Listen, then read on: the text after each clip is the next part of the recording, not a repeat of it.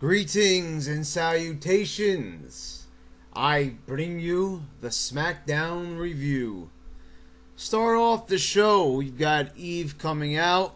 Eve has been looking a lot more attractive as of late. They've been dressing her better. She looks good.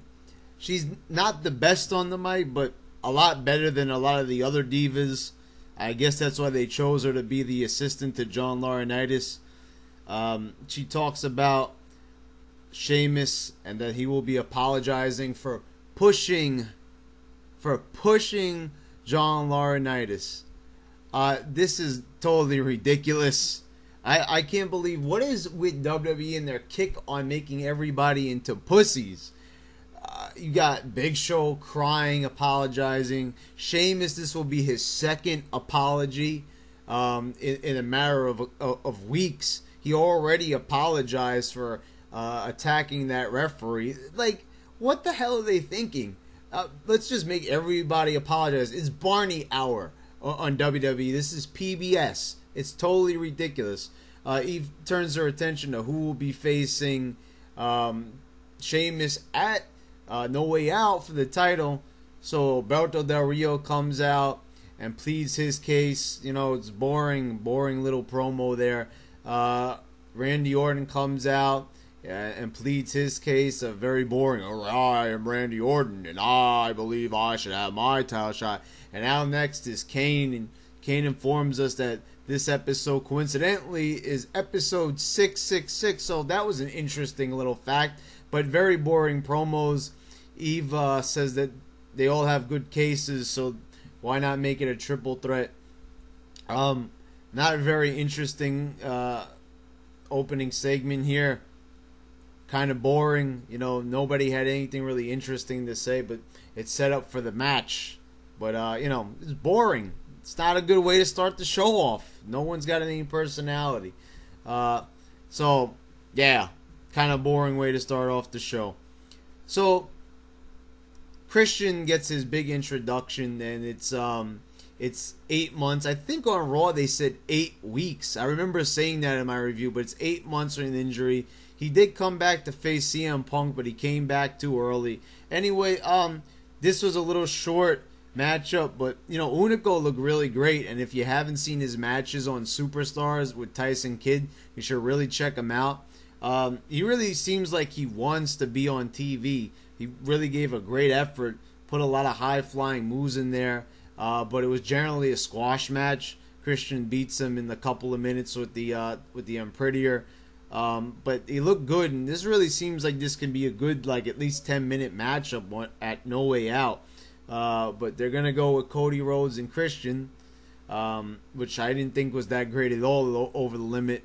Anyway, Christian pins him, and Cody Rhodes comes out and gives this great promo about saying how Christian is disgracing the title and that it's been held by fools like Santino. It's interesting that WWE is allowing Cody Rhodes to talk about how shitty they are handling the IC title over the years.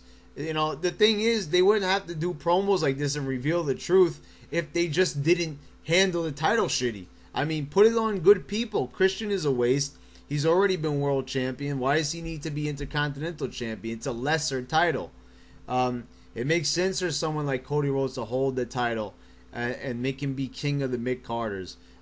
This was a great promo. He tells why the Intercontinental title has such prestige to it, or at least used to. So they're going to have a match at No Way Out. Good promo. It's a good way to build up to it. Yeah, anyway, but they better do better than they did it over the limit. Next up is Titus O'Neil. I get their names confused because they're such jobbers no one cares about. Titus O'Neil and Darren Young versus the Usos. Nobody cares about this match. I can't say it was boring. It was short, decent little action. They hit Demolition's finisher, the backbreaker elbow. It's kind of cool they're bringing that finisher back. They pin him fairly easily in this. Don't really see a point to this. They're just having these random tag matches and they're not really going anywhere. I don't see any progression in the tag division. It's boring. Tag division's boring. There's not a lot of intrigue. Next up, we've got Ryback versus two jobbers. I like this squash match, actually. It was pretty interesting. He takes one guy and swings him into the other and then picks them both up for the muscle buster. I mean, that was actually look good. I know the guys are really light compared to Ryback, who's like 300 pounds, but he takes both guys on his shoulder and drops them down. So that was pretty interesting. Yeah, that was a pretty good squash match. So they implemented some new stuff in there, trying to keep it fresh, but I wasn't really like, you know, I wasn't like oh wow, like the announcers like going back to it, because you know I want to see Skip Sheffield progress in WWE. He's been doing these squash matches for like 2 months now, so I really would like to see him get beyond that and see if the guy's got any real talent and how he could fare against the other wrestlers. I mean, they're doing the same fucking thing over and over. Anyway, I'm gonna need some help with this review, so I'll be back in a minute. Yo, hey guys, it's me, the PG Wrestling Dog, and Brad needed to take a break because he couldn't stand this shittiness, so he had to come and get me. So let me tell you what happened on Smackdown for the last half of the show. Santino Marella, I love this guy, he's absolutely great, hilarious. He comes out for a match against Ricardo Rodriguez, a non-wrestler. So they have a match and Ricardo runs the ropes at least 50 times and the announcers are cracking up like this is the funniest thing they've ever seen in their lives. The crowd has no reaction. Santino crawls underneath the ring and sneaks up behind Ricardo and hits him with the Cobra, with a sock on his hand like he's 2 years old. Much like the people who were probably attracted to this segment. Next up, Sheamus comes out to apologize. Remember, guys? Remember to always apologize no matter what, even if it's pro wrestling where the idea of it is to beat the shit out of your opponent. But remember to apologize later. Sheamus starts to apologize, saying it was an accident. But it was, a lot of people are saying it's on purpose.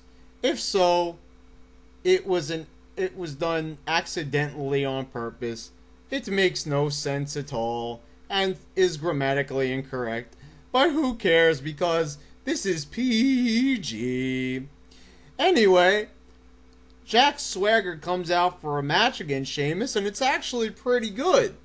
I give it about 2.5 stars. Swagger uses psychology and goes after Sheamus's leg.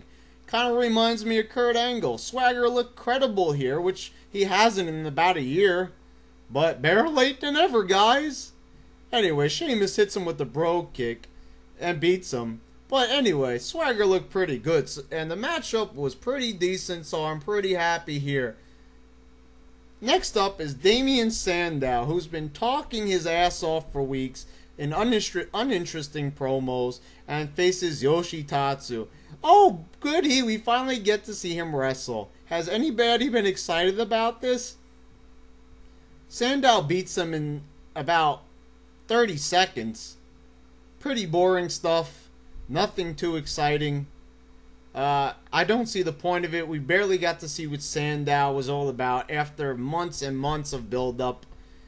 I say it was a fail. Sandow does a cartwheel and the announcers are very impressed, even though about 200 other wrestlers on the indies could do the exact same cartwheel. Well, that was very, very unimpressive. Next up, the Big Show comes out for his explanation because nobody understood his explanation on Raw. Take 2. So the Big Show says that nobody supported him, even though the WWE showed on Raw and SmackDown when he got fired that all the wrestlers and all the fans were tweeting about how upset they were that PG Big Show had been released from WWE. So this makes no sense at all. He says he had no friends, when in fact Twitter and everything else that happened before Over the Limit shows that he did in fact have a large fan following. So this made no sense at all, and was completely pointless. A very boring promo that I did not enjoy. In the main event, a triple threat match This matchup was pretty decent. Randy Orton, Kane, and Alberto Del Rio. Before the matchup, Daniel Bryan beats Kane mercilessly with a chair, which was pretty awesome. The only thing I didn't understand is why Kane didn't even sell the chair shots. It was almost like nothing ever happened. Kane hits the chokeslam on Alberto Del Rio, but he is distracted by Daniel Bryan. Randy Orton comes in and hits the RKO on Kane, but Alberto Del Rio kicks him in the head when he tries to make the pin and gets the pin on Kane. Not a bad match overall, but kind of overwhelming. I think they could have done a lot better, but the action was kind of decent. I give it 2 stars. So overall, there was about 2 decent matches on the show. Not the worst, but there certainly was a lot of shit. And the promos were horrible, except for the one that Cody Rhodes gave. That was pretty decent. Overall, there was a lot of jobber matches, a lot of fast and cheap finishes, a lot of disappointments on the show, but overall, it was a lot better than Raw. This is the PG Wrestling Dog, signing off. See you later, guys.